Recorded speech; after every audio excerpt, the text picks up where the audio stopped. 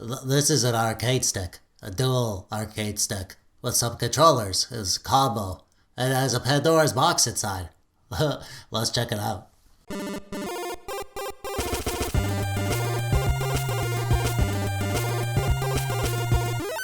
Well, hello there. Thanks for clicking on the video. It's me, your good old buddy Tech-Dweeb, coming at you live from the kitchen in my mom's basement, where I do a lot more building computers than I do cooking, because my mom does the cooking. We're having spaghetti tonight. So yeah, this is a Pandora's box arcade combo. Let me tell you why I have this. My neighbor, who's not very techy at all, he saw my X-arcade stick, and he was impressed at how fun it was to play some old MAME games. This guy loves Gunsmoke. You know that old arcade game? He wanted to get an arcade stick to play his old favorite arcade games with his kid. And his kid wanted something to play some, newer fighting games and, Nintendo 64 games and stuff. So I suggested he get one of the Pandora's box arcade cabinet joystick button thingies with a built-in Pandora's box because it's all set up and ready to go. And since he's not one to tinker with gadgets and software, I figure it'd be an easy way for him to get gaming on an arcade stick without needing to learn how to do anything. He also liked the idea that he could play on his couch and that he and his kid could have their own arcade stick so they wouldn't have to squeeze in beside each other.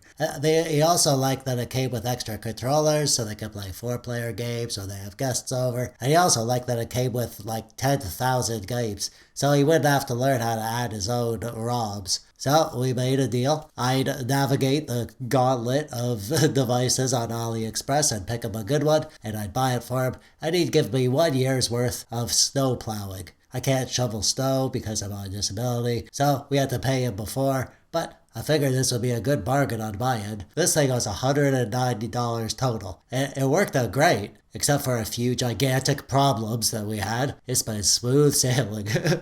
I'll tell you about the gigantic problems at the end of the video. For now, let's just get this thing fired up and I'll show you what it can do. Real quick, here's a tour. As you can see, it's Street Fighter themed, which was disappointing. The AliExpress page showed a more generic design, which I thought looked way better than this chump they put on the button board. This thing doesn't even have Street Fighter 4. Why do they do this? Just give us generic designs, please. No one prefers to have Street Fighter characters on their arcade sticks. Come on now. Anyways, as you can see, there's 2 controllers. Only one of them has the Pandora's box inside. The other's just a second controller, and it plugs in with this port from the Jurassic era. You can also see around back, we got Ethernet, a digital audio, and an audio headphone jack. We got HDMI, and the DC 12-volt adapter, an on-off button, a volume wheel, and a settings button, and some USB ports for plugging in the controllers. This thing actually has a built-in speaker, which you could control with the volume wheel. So, if you were using a display that didn't have audio, you could just use the internal speaker. And it's got RGB lights on the inside, and you can turn those off with this little switch on the side, just like that. I think they look pretty good, not amazing. It's also got some suction cups on the bottom, so, when you have it on a table or something, it really stays put. The extra PlayStation controllers it comes with are pretty terrible. I don't have very high standards for this sort of thing. I like almost anything. And they get the job done, but they're pretty much the worst controllers I've ever felt in my life. They're fine, I guess. They're a little weird. They're like 2 controllers connected together with 1 USB port. So, yeah, I've never seen that kind of configuration before. Kind of weird. Let's open it up real quick. On the inside, you can see we have our Pandora's box there. This is the 3D Wi-Fi Pandora's Saga EX, which is a relatively new version of the Pandora's box. It has active cooling, as you can see there. There's an absolute jungle of Pandora's boxes out there. Some are really old and crappy, some are newer and really good. But my boy Wicked Gamer made a video explaining the difference. I'll link to that in the description below. This thing comes preloaded with 10,000 games of varying quality. If you ever want to upgrade your system with a newer version of the Pandora's box, you can. You just buy a new box and slap it in here, and you're good to go. Like I said, I had a massive issue with this thing. I'll explain it at the end of the video, but I'll just say right now, back up your SD card when you buy this. It could save you a huge headache later on.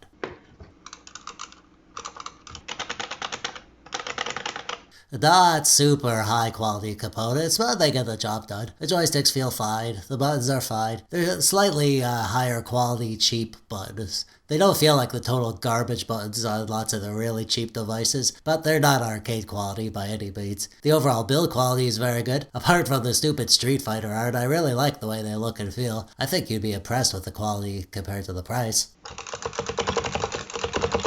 So let's fire this up and see what it can do. Right away you're greeted with a splash screen. After a quick boot up, you're in the menu.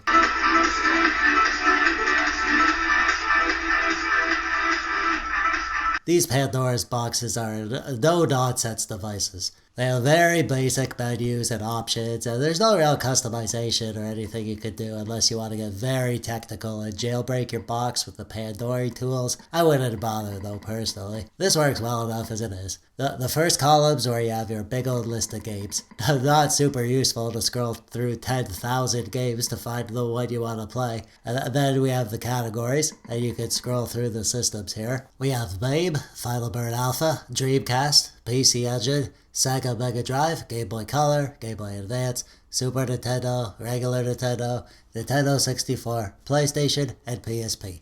The next category is the recently played list, so you can quickly get to the last 10 games you played. And finally we have our search, so you can search for games. The problem is that lots of the games aren't labeled correctly. For example, Wolfenstein on the SNES is called German Headquarters, so you might not be able to find what you want until you learn what they call it. And around back, if you push the settings up button, you can get a basic settings menu. You can change the controls if you wanted to do that for some reason. You can change the hotkeys for exiting the game. One thing about this device is that there's a game market. This thing has Wi-Fi, so you can connect to a sort of store to download new games for free. Obviously, this is a Chinese emulation device, so it's all super sketchy. But go ahead and get some more games if there's something you really want to play that doesn't come preloaded on here. But my neighbor didn't need any other games, so I haven't touched that, to be honest. Okay, let's get into some game testing here. I'm gonna play a few games from each system, and we'll see how it does.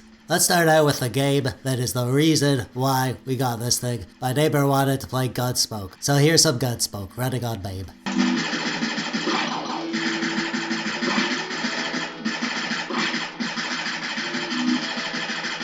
Gunsmoke's a really fun game. I can see why my neighbor loved it. You know, when you have an old game from your childhood and you get to play it again years later and it's still good, that's a nice feeling. It works perfectly on this device and it looks great. Like I said, I wish they had an option without filtering where you could just see the upscaled pixels, but the HD filter they chose looks really good. And once I got used to it, it was fine. Here's another MAME game, Streets of Rage 3. This was so fun. I wish I had a friend to play this with me right now. I love beat-em-ups. I love any em-ups. Beat-em-ups, shoot-em-ups. I guess that's the only em-ups. We need more em-ups. What about race em-ups or role-play em-ups? Simulate em-ups. They should hire me to make these sort of titles. Yes, they should.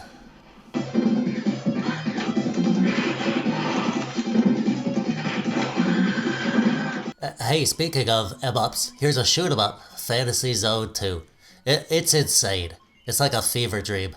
I feel like I'm losing my sanity when I play this game, and that's A-okay with me.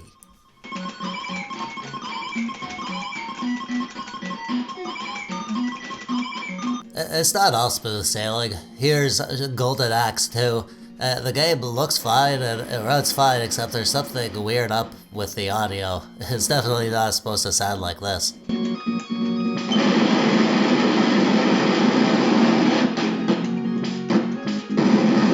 But Golden Axe 1 worked great, so it'll be fine with most games, but some will give you problems, which is a bummer. You know, if you want this thing to play your favorite game like my neighbor did, and it has some glitch that makes it sound like garbage, well, that would suck. Luckily, these games seem pretty few and far between as far as I can tell. Golden Axe 1 is a blast as always.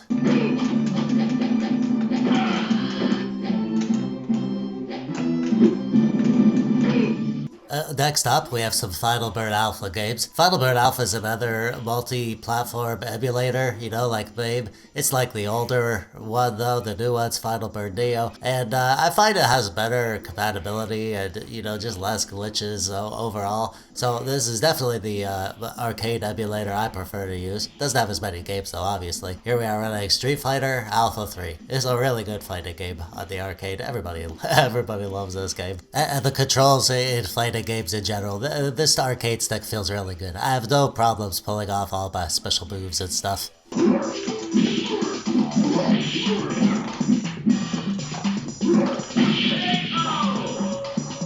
Here's another fighting game running on Final Bird Alpha, Samurai Showdown 4, which is actually my favorite fighting game from the arcade. The arcade that was in the mall near my house when I was a kid, they had this game. It wasn't my favorite game back then, but I did play it and I liked it, and I've since played it a lot on the emulation devices, and yeah, this is a great game.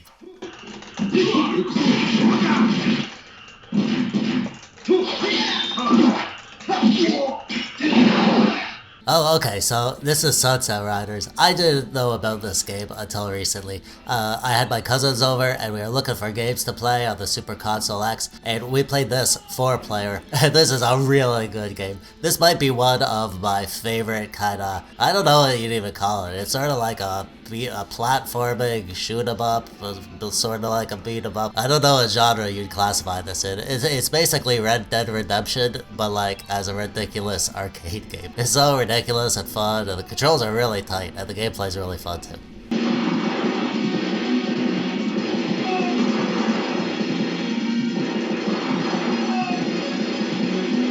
Moving on to Dreamcast, this is a 3D system, as you can see. There's not a lot of Dreamcast games on here, but the ones that are on here seem to work fine. It's not surprising that this thing can run Dreamcast, because it's a lot more powerful than like those cheap TV boxes like the Super Console X Pro. So I wouldn't expect to really have any problems with Dreamcast games. It's pretty crazy you could buy an arcade stick console combo thing for this price and be able to play Dreamcast games. As you can see, playing Crazy Taxi 2 here, and it's running just fine. Leave it to me. Whoa! Stop getting too lost. Bad day. You need some practice. Go on, get back out there. Game over. Here's some Dead or Alive 2, also running on Dreamcast. Also running just fine, as you can see. It's a good looking game, it's really fun. I used to play this game. I think I had a Dead or Alive on my original Xbox. Honestly, the only reason we play these games is to watch Kasumi flop around in her underwear, right?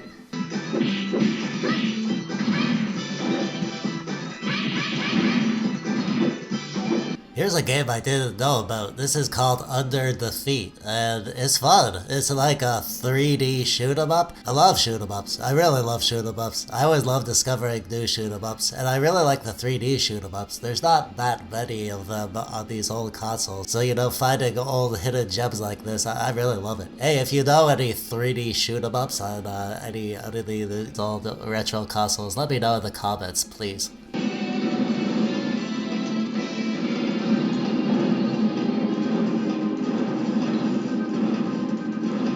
Now we're going back in time. I just went through the list as it was on there, so, you know, we're jumping around in the timeline. We're going to play some PC Engine here. This was called the TurboGrafx 16 from where I am here in Canada. And this game's called Bonk, which is sort of like the Mario of the PC Engine. You know, he had a bunch of games. As you can see, the scaling, it stretches it to fill the whole screen. And most of the systems, it looks fine. But on lots of the very retro systems that ran at 4:3 aspect ratios, it looks pretty terrible. I really wish they would have given the option to throw it in its native aspect ratio. Honestly, it's not that bad. Once you get used to it, it's fine, but you know, it would have been nice.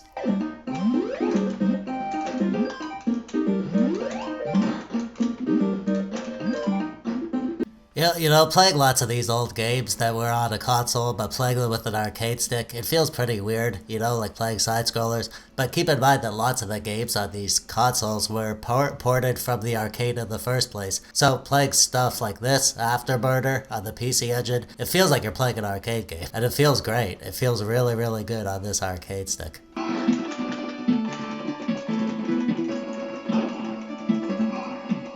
You know, I've said it before, and I'll say it again. The best part of these old retro consoles that come pre-installed with a bunch of games is that you get to discover new games. Look at this. This is like a dragon shoot-em-up. You're a dragon, and you're shooting dragons em up with your dragon shooting fire breath. Whatever. It's just a fun shoot-em-up, and I didn't know about it, and I played it, and I had fun. And you could do that with these old consoles. Just fire up some random game and give it a try. You'll discover all sorts of fun the games you never knew about.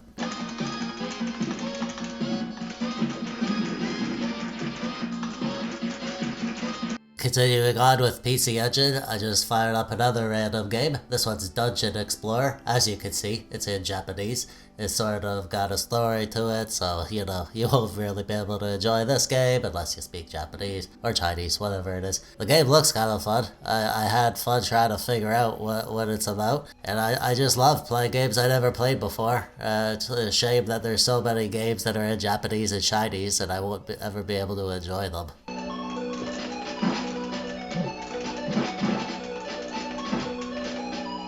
Let's do some Mega Drive now. Here's some NBA hang time.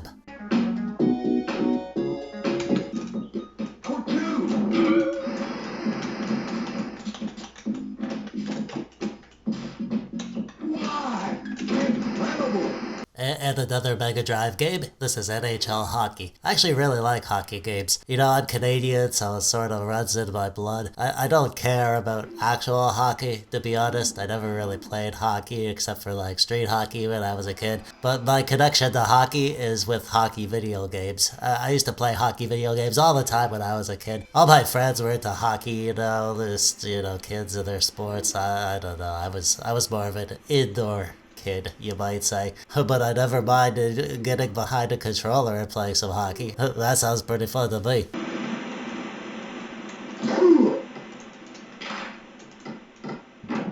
I guess I tested a whole bunch of Mega Drive games. Here's Batman Returns. As if he ever left. Am I right?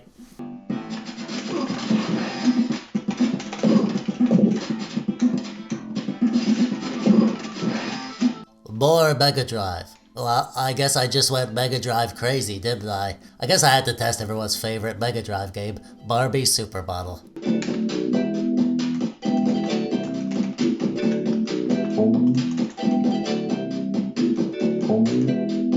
Here's some Game Boy Color. Oh man, the scaling looks awful on this low-res system. What a blobby mess. Well, let's see how the game plays.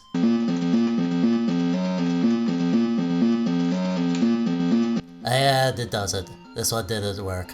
Promising start for the old Game Boy Color, huh? Here's a game that did work. Alice in Wonderland. It's also a blobby mess. Does not look very good, stretched on the screen with this filtering. And the game itself is pretty darn terrible. What a piece of garbage.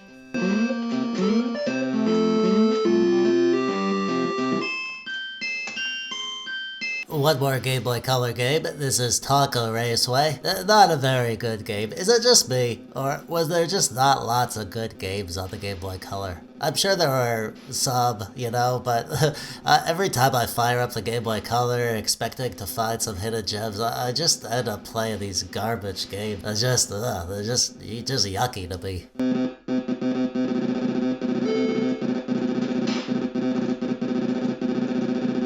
I need to play some Game Boy Advance. I need to wash away the sour taste that the Game Boy Color left in my mouth. Game Boy Advance runs great on the Pandora's box, as you can see, and the Game Boy Advance games, they're some of my favorite games from the retro era. I've talked about this many times, but the design of the games is kind of a more modern style of design, but they're made in a 16-bit sort of retro aesthetic. It's just the perfect blend of retro game aesthetics with modern gameplay sensibilities.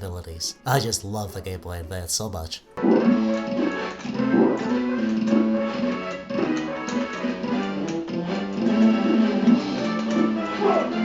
Yoshi's Island was a Super Nintendo game that was hard to emulate. There's just something about the way they built this game. It just makes it run really terribly. But as you can see here, running the Game Boy Advance version, it's running perfectly fine. No problems at all.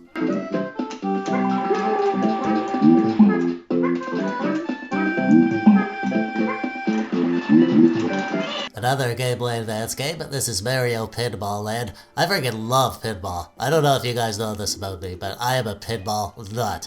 I will take pinball any way I can get it. And Mario Pinball Land is one of my favorite Game Boy Advance games. It's a good pinball game. I'm really happy to see that it runs well on the Pandora's box here.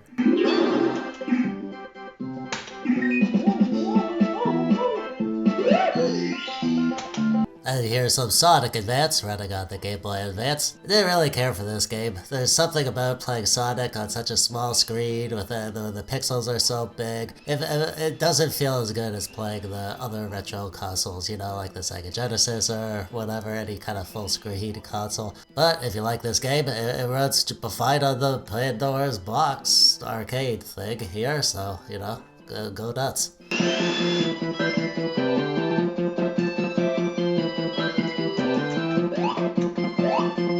Here's Castlevania, Area of Sorrow on the Game Boy Advance. I've had a few comments asking me to test Castlevania games, so I guess they're pretty popular. I never really got into the series that much. I did play one of them on the DS, and I did enjoy it, but that was pretty much the extent of Castlevania games that I played. It looks like a fine series. There's just something about the aesthetic and the general vibe. It just doesn't appeal to me.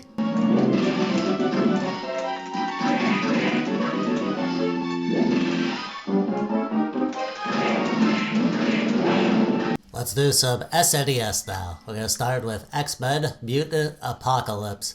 I was an X-Men nut when I was a kid, like maybe when I was around, I don't know, 10 or 12 or something. I freaking love the X-Men. And there really wasn't any amazing X-Men games, which is kind of surprising when you think about it.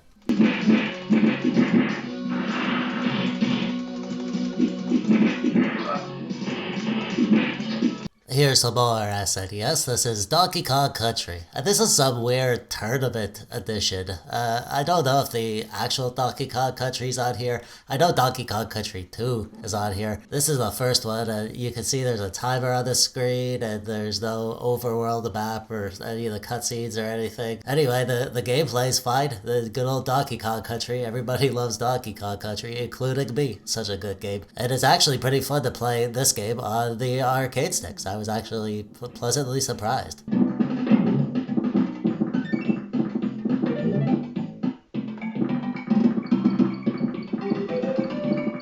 Here's Mario Kart for the SNES. Am I remembering it correctly? Did this always run in like a split screen even when you were in single player? This is not a fun game, but going back to it. You know, sometimes games in your memories were a lot better than they actually were in real life. So for me, this one is probably best left in the past.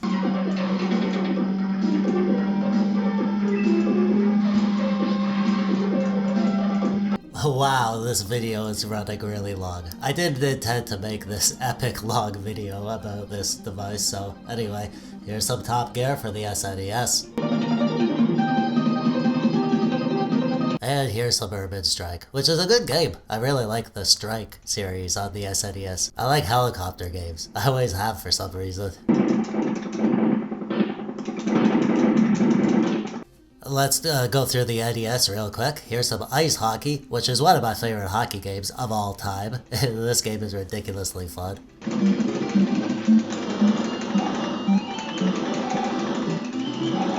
And then here's, I thought I was firing up Mario 3, but it's actually this ROM hack. I actually had fun playing through some of the levels in this. I don't know if the real Mario 3 is on here, or if it's just the ROM hack. But the real Mario 3's gotta be on here, but the ROM hack's fun to play. I actually enjoyed myself a lot.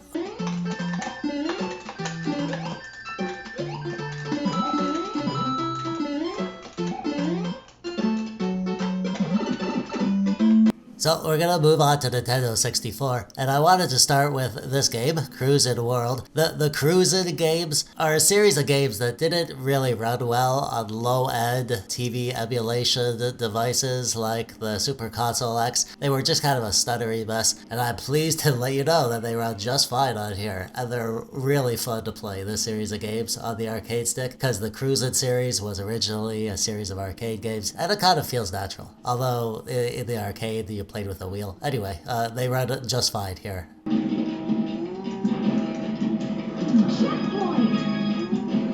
I hear some Bio Freaks, which is a game I never played back in the Nintendo 64 games. I only discovered it later on these emulation consoles, and I like it. I like any game that's about freaks. There's just something about freaks that really resonates with me for some reason.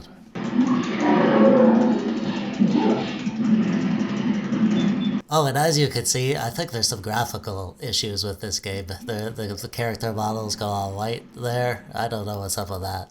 And moving along, we got some Cool Boarders, which was one of my favorite Nintendo 64 games. I loved this game. Playing snowboarding games back when I was a teenager, it actually made me want to learn how to snowboard. And I did, sorta. I wasn't very good, but I did go snowboarding several times, and I still like snowboarding sometimes.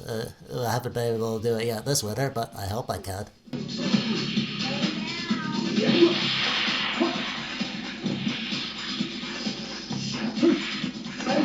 One of my favorite old games from the retro consoles was the Tony Hawk series, and unfortunately, it doesn't work on this device. There's something up with the controls. There's no jump button.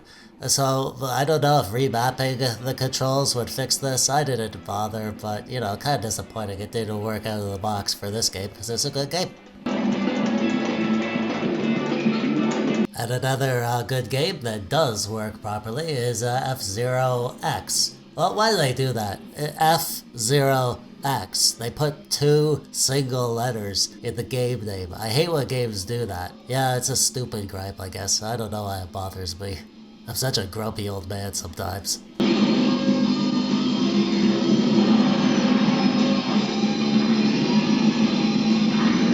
One more Nintendo 64 game that I've never played before. This is called Scars, and it's a racing, combat fighting game. Sort of like Mario Kart, but like for people who like killing each other. Hey, it runs great, and it was actually pretty fun.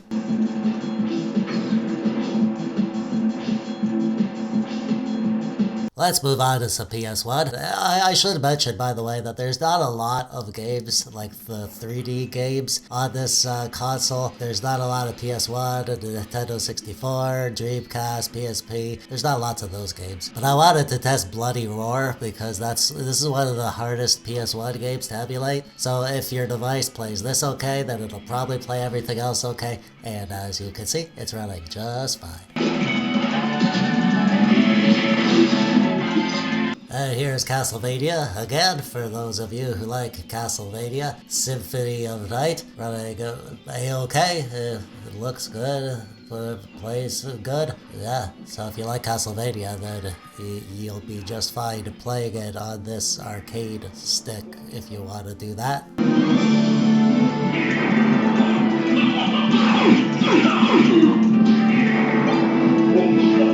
Crash Bandicoot number 2, running fine. These Crash Bandicoot games, they're some of the easiest games to emulate. They run on pretty much anything. Even my lowest end retro handheld devices can play these to some extent, so, you know, I didn't expect to have any problems here. It's a popular series though, so I wanted to include it in my video.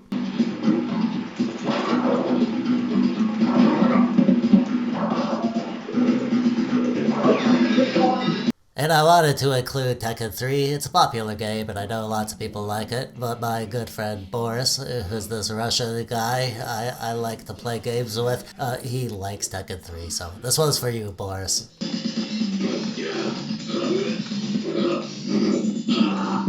And finally, the last console that we're going to be testing, the last console on here, PSP, and we're running Tekken 6 here, and it's running just fine.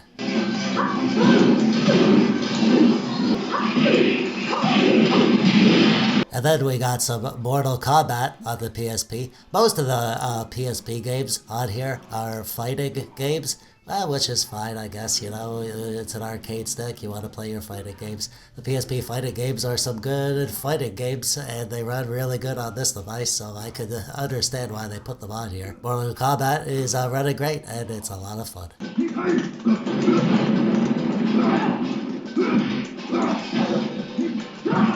I wanted to try a fighting game for the PSP, so I fired up this Daxter, and unfortunately, it just doesn't work. The joystick doesn't make your character move, so I guess there's some button mapping you need to do. Kind of disappointing it doesn't work. It's kind of weird they would include it on here if it didn't work, so I don't know. Maybe you could fix it in the button mapping, but I didn't bother.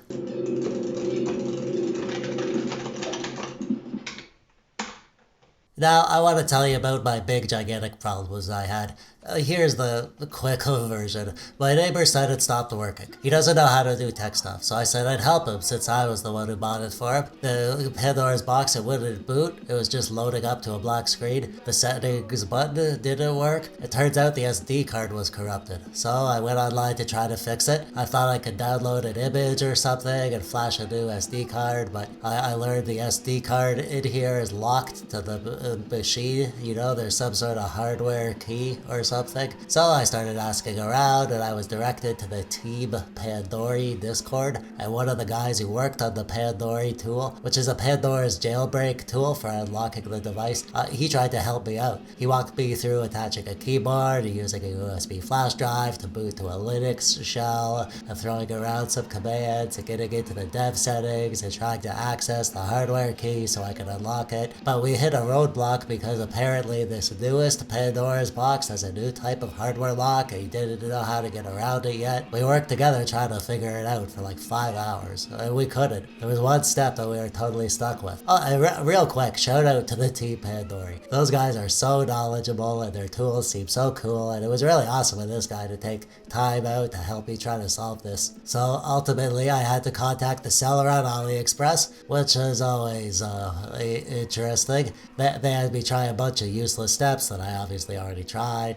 Then they agreed to send me a new motherboard if I would ship them back the defective one. So I chose the cheapest shipping option. It was $30, but then they said they wouldn't send me a new one because I didn't choose a shipping option that had a tracking number. So we argued back and forth until they agreed to send me one anyways. And then I waited for 2 months, and I asked them where it was, and they said they wouldn't send one because I didn't ship with a tracking number. So I had to explain that they already agreed to send one, and then they agreed again, so I waited some more. And after a month, I asked them to confirm that they sent it, and they said, yes, we received it. So I'm like, what the heck does that mean? Oh my god, talking to these guys with the poor translation is about as fun as getting your finger stuck in a can of Diet Root Beer, which definitely didn't happen to me this morning. Anyways, after what seemed like an eternity, the whole time having to deal with my neighbor asking, oh, so when can we get that arcade stick back? I finally got my new box, popped it in, and now we're good to go. And all of this could have been avoided if they could have sent me a new SD card, or if I could flash an image to my own SD card. But since it's hardware locked, you need to use the exact image from the SD card that comes installed on your device from the factory. And that's a big